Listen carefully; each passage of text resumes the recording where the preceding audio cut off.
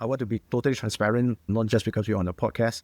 I don't have answers. It took me a while to find answers. And again, I'm not religious, by the way. I'm a free thinker. But I truly believe in the universe because the universe has been sending me messages in the most profound way. And during that period of time, as well as going through that phase, that very lonely, navigating that through the phase. So one day I was like doom scrolling on Facebook because I'm so sick of doom scrolling on LinkedIn. I just no kill time, doom scrolling on Facebook. And later, I know that during that same day itself, when I was doom scrolling, I came across two posts that really hit me really hard. The first one was a post by one of my ex-colleagues from Singtel. So what happened was, she has already left Singtel. She was with StarHub. And this post, I believe, wasn't written by her. It was written by her daughter. So as I read that post, I was like, it was really a sucker punch. So what happened was, this colleague of mine, at least based on the post, the daughter described that exactly a year ago, her mom was down with coma, stroke. It went straight into coma. What happened was, during that day itself, she was having back-to-back conference call at home. She was working from home, back-to-back, from 9 a.m. to 9 p.m. So at the end of the full 12 hours of conference call, she stood up. The next thing she knew, she collapsed. She went straight into a coma and then she got a stroke. And the next morning, when she woke up, she lost all of her mobility, her four limbs.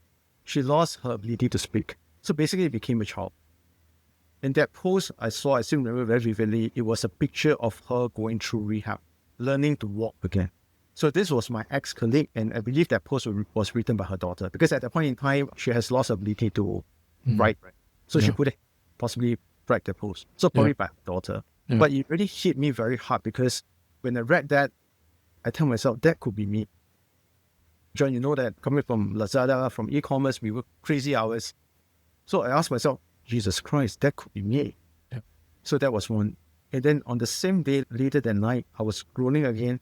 And then I saw again a second post. This was a friend of mine. His name is Mark.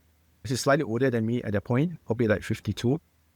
So what happened was, in May, I read posts from Mark saying that he was having the best days of his life, having summer holiday in Portugal with his fiancée. That was in May. When I left, at the point in September, I remember I saw his post.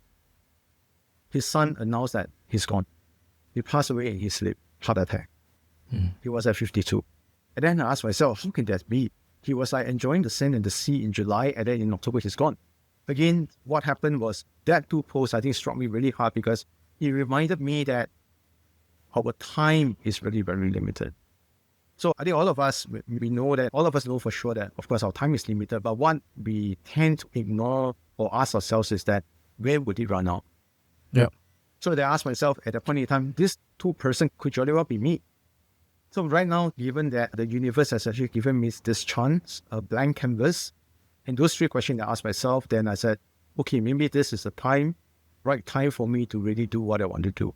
And that's the reason how I started with Positive Minds.